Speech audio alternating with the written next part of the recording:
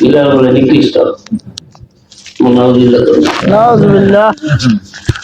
আল্লাহ নবী মেরাজ থেকে এসে বলছে, বিলাল রে, আমি যখন মেরাজে ভ্রমণ করি আমি শুনতে পারলাম তুমি আমার আগে আগে আসতেছ, তোমার জুতার তালি তো আমি বুঝে রয়েছি, তুমি কি আমল করো কও। বিলাল বলে, হুজুর আমি বেশি আমল করি না, যে সময় করি 2 রাকাত নফল নামাজ পড়ি। সুবহানাল্লাহ। এই কারণে বিলালের মর্যাদা আল্লাহ বাড়ায় দিয়েছে। জান্নাতের ভিতরে তার জুতার তালে শোনা যায় আল্লাহর কাছে সবচেয়ে দামি মানুষ বিলাল, কিন্তু বিলাল বলে নিকৃষ্ট। মক্কার কাফিররা কয়, আবু তালেব আমরা নবীর কাছে গেছে, গিয়ে বলল, ভাতিজা শোনো, মক্কার বড় বড় সর্দাররা তোমার কাছে আয় না, কারণ গরিবরা তোমার কাছে বইয়া থাকে, গরিবরা লয়ে বড় লোক কেমনে বইব, আর সম্মান হয় আর মানহানি নাউজুবিল্লাহ। এটা হযরত ওমর রাদিয়াল্লাহু তাআলা আনহু ছিল। ওমর বলল, হুজুর এই সাহাবারা তো আমরা নিজের বই, এর কারণে যখন মক্কার সর্দার চাই না, আপনি আমার দরবার থেকে যদি কথা সময় লাগে বাইর করিয়া দিন, আমরা নিজের লোক, এবার যদি সরকার রায় আমি দাওয়াত দিবেন, এরা দাওয়াত মানবো, তো ভালো কথা। ওমরের উমর এই গরিব লোকগুলির কিতা করতো, হুজুর করে বাইর করে দিত। আমার আল্লাহ সাথে সাথে কোরআনের আয়াত নাযিল করছে, ওয়ালা তাতুরুদিল্লাযীনা ইয়াদুনা রাব্বাহুম বিল গাদাওয়াতি ওয়াল আশি ইউরিদুনা ওয়াজহাহু। ইয়া রাসূলুল্লাহ, ও আমার পয়গম্বর, এই সমস্ত লোকেরা, এই গরিব লোকেরা সবসময় আমি আল্লাহর রাজি করবার লাগি ইবাদত করে। আমি আল্লাহ আপনার নির্দেশ দিলাম, এরা কিন্তু দরবার থেকে সরান যেত না, আমরা মানা করে দিলাম। সুবহানাল্লাহ। শুনেন, এই যে মক্কার বড় বড় লিডার গুলি, এরার দায়িত্ব আপনার উপরে নাই, আপনার দায়িত্ব এরার উপরে নাই, ঠিক না বেটি? যার যার হিসাব হবে, আপনি এরার হিসাব দেওয়ান লাগতো না, এরাও আপনার হিসাব দেওয়ান লাগতো না। কাজে বড় বড় কাফিরের কথা শুনে আমার গরিব সাহাবার দৌড় করান যাইত না। অন্য আয়াত আল্লাহ ফরমান, ওয়াসবির নাফসাকা মা'আল্লাযীনা ইয়াদুনা রাব্বাহুম বিল গাদাওয়াতি ওয়াল আশি। ইয়া রাসূলুল্লাহ, আপনি তাদের সাথে থাকবেন সবসময়, যারা সবসময় আমি আল্লাহর ইবাদত করে আমারে রাজি করবার লাগি। সুবহানাল্লাহ। আর মক্কার কাফিররা গরিব সাহাবারে নিকৃষ্ট মনে করছে, আর আল্লাহ বলছে হেরা হয়েছে আমার দরবার উৎকৃষ্ট। এখন উৎকৃষ্ট আর নিকৃষ্টের মাপকাঠি কি? যারা দুনিয়াদার এরা মনে করে যার কাছে মাল আছে এ হইল ভদ্র লোক, বড় লোক, আর যার কাছে মাল নাই হে নিকৃষ্ট লোক। ঠিক আছে? আর আল্লাহ কইছে যার কাছে নেক আমল আছে, সৎ চরিত্র আছে, এই লোকটা হলো সবচেয়ে সম্মানিত লোক। এর যদি বন্ধ 100 জায়গাও না থাকে, একটা পয়সা যদি ব্যাংকের মধ্যে না থাকে, যদি তার কাছে নেক আমল থাকে আর চরিত্রটা ভালো থাকে, সে হইল সর্ব উৎকৃষ্ট লোক। সুবহানাল্লাহ। দামি মানুষ যার কাছে নেক আমল আছে, দামি মানুষ যার কাছে সৎ চরিত্র আছে। সুবহানাল্লাহ।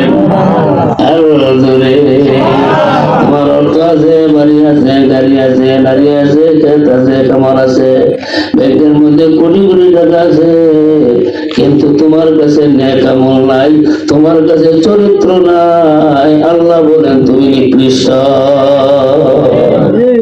ঠিক না বেটি? ইন্নাল্লাযীনা আমানু ওয়া আমিলুস সালিহাত কানাত লাহুম জান্নাতুল ফিরদাউসি নুজুলা। সুবহানাল্লাহ। আরো জোরে। তার কাছে নেক আমল আছে, দামি মানুষ। আল্লাহ কোরআনে অন্য আয়াতে বলছে আল মালু ওয়াল বানুন জিনাতুল হায়াতিদ দুনিয়া ওয়াল বাকিয়াতুস সালিহাত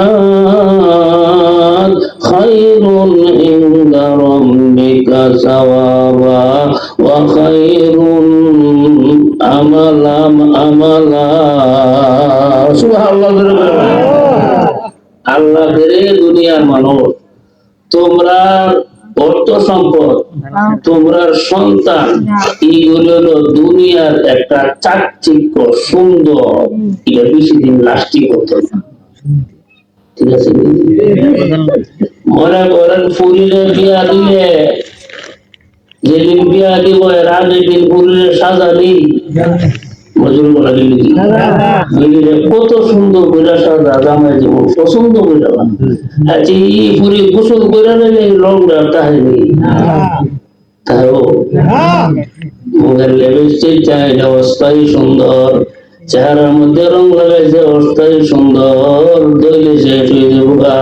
আল্লাহ তোর যে বাড়িটা, তোর যে গাড়িটা, তোর যে খাবারটা, তোর যে সুন্দর বিল্ডিংটা, এটা অস্থায়ী, কিছুদিন পরে এটা থাকতো না। ঠিক না বেটি?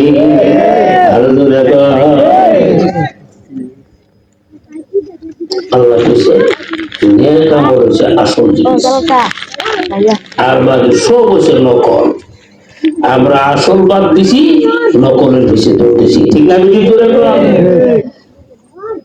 এক ছাগলে এ খালি কলা কিনছে, কিনা বাহল যত্ন করে রাখা কলা উড়াই হলাই দিছি। মরা করে নাকি বলেছে কলা বলা দিলে বাহুল লাগছে, আসলে তো কলা রাখা বাহুল বলা দিবার আছে। বাহুল হয়েছে নকল, আর কলা হয়েছে আসল গলায় দিয়ে নকল রয়েছে। এক ধনী মেয়েরা দেখছে কাণ্ডটা দেখে ভাগ হলো তো নিজের খাওয়ান আসি, তুই কলা বলাই দিয়ে বাহুল রাখছো, কারণ কিটা পাগলে খাওয়ান চিনি। এক পাগলে এক বাসার দেশে গিয়া তোমার বাদ দাও, আমরা দেশে বিলেত করলাম পাগলের খুব ভক্ত, টেবিলে বাসন বইলা বড় বড় মাছের সাথে বাদ দিচ্ছে। পাগলে কম মাছ যে দিচ্ছে ওদের কি মাছ, বিলে পাঙ্কাশ মাছ, পাগলে পাঙ্কাশ মাছ আমি খাই না। বিলতে আছি বেড়া, বেড়া হচ্ছে, বেড়া একটু কিনে তুই পাগল করে নিয়েছ, পাগলে আবার পাঙ্কাশ আর বোয়াল মাছ চিনি। ঠিক না দিদি? পাগলের গ্রাম তুলো সামনে যাবো, টাকা এলে তুই যখন পাঙ্কাশ গাছ না, তুই পাগল না, তুই পাগলের বেড়ে বলবে ঠিক আছে, বল খাই। ঠিক না দিদি? করে পাগল নিজের খাওয়ান চিনি, তুই কে বলে পাগলের ধনী লোকটারে আমি কি এর পাগল, তুই আমার থেকে বড় পাগল। আমি তো বলি এই চিন্তা কর, আমি বড় পাগল কেমনে, তুমি বড় পাগল কেমনে? আমি তোমার কইতাছি, তোমার অর্থ সম্পদ আছে, আমার অর্থ সম্পদের কোনো অভাব নাই। 3টা ফুট আছে আমেরিকা, হারিব বাড়ি বাবা, 3টা ফুট আমেরিকা, আছে 3টা বাড়ি, আছে একটা মার্কেট, ব্যাংকের মধ্যে কোটি কোটি আছে, আমার হিসেব নাই, কোটি কোটি আছে, আমরা গাড়ি আছে, তুই আমার পাগল কস, তোর কি আছে? পাগলের বলতে চাইছে ঠিক আছে, তোমার 3টা বাড়ি আছে, এখন যদি তুমি মরে যাবা, তোমার কবরের মধ্যে একটা বাড়ি চাইব নিয়ে কবর তো যাইত না, যাইত না বলে না। আচ্ছা এই যে 3টা ফুট আমেরিকা, কোন একটা ফুট কবর যাবো না, যাইত না।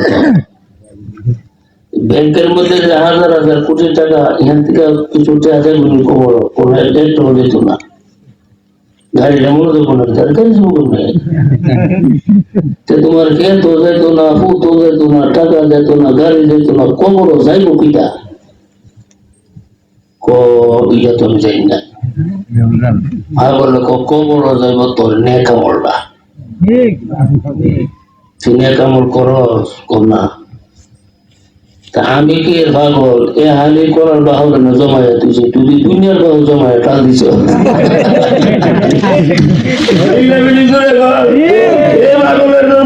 দুনিয়ার বাহু জমায়া টাল দিছ, আমি তো হালি করার বাহল দিছি।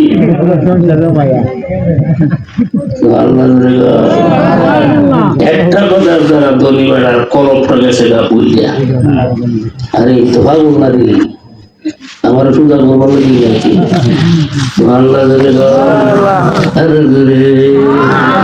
যে দামটার মধ্যে বলছো বাড়ি লইয়া, সেই দামটার মধ্যে বলছো কাস্টমার লইয়া, যে দামটার মধ্যে বলছো দোকান লইয়া, এই দামটা কিন্তু দামটা না, একটা তোমার সবর সঙ্গী না, তোমার কবরের সবর সঙ্গী হলো একমাত্র তোমার নেক আমল।